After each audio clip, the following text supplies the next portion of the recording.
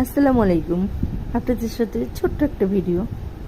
অনেক অসুস্থ, এর জন্য ফুচকা আর চটপটি আর পিঠা এনে খেয়েছি। কার কার অসুস্থ হলে চটপটি, ফুচকা, তারপর পিঠা, এটা ছিল ডিম পিঠা। এই পিঠাটা আমার খুব পছন্দ, তাই এই পিঠাটা নিয়ে আসছি।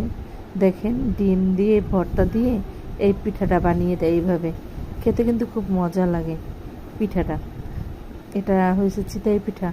আর অসুস্থ হলে বেশিরভাগই চিতই পিঠাটা আমি এনে খেয়ে থাকি, আমার কাছে খুব ভালো লাগে। আপনাদের কার কার কাছে এরকম ফুচকা আর পিঠা খেতে ভালো লাগে কমেন্টে বলবেন। আর আমি রান্না করতে পারি না, এর জন্য ভাত বসাই দিয়ে গেছে আর তরকারি রান্না করছে। তরকারি কেমন মজা হয় এটা দেখতে আমি সব কিছু একটু একটু করে টেস্ট করে নেব। তাই ভাতটা বসায় আমি একটু দেখতেছিলাম গ্যাস চলে গেছে কিনা।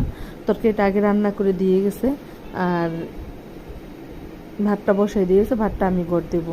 এর জন্য দেখলাম যে গ্যাস তো একটুও নাই, ভাত বসাইছে হয়েছে কিনা।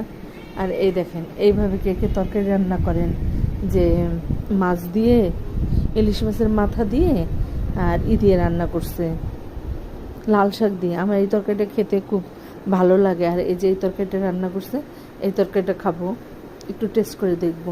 আসলে কিছু তো ভালো লাগে না, এর জন্য দেখি একটু টেস্ট করে সব কিছু ভালো লাগে কি না। তাই সব কিছু একটু টেস্ট করব।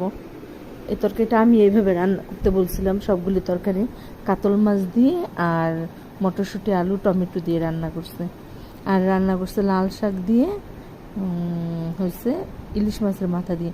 দুইটা তরকারি অসাধারণ হয়েছে, খুব মজা হয়েছে। আমি রান্না করি নাই, আমার বোন রান্না করে দিয়ে গেছে, কিন্তু খুবই মজা হয়েছে। আমি টেস্ট করে দেখলাম, খুবই খুবই ইয়ামি হয়েছে। সবাই আমার চ্যানেলটা সাবস্ক্রাইব করবেন, লাইক করবেন, কমেন্ট করবেন আর দোয়া করবেন সুস্থ হয়ে যেতে পারি। অনেক জ্বর ছিল, প্রচুর পরিমাণ মাথা ব্যথা, আর সুস্থ হয়ে যেতে পারি। এর জন্য সবাই দোয়া করবেন। ভালো থাকেন, সুস্থ থাকেন, নিরাপদে থাকেন। আল্লাহ হাফেজ।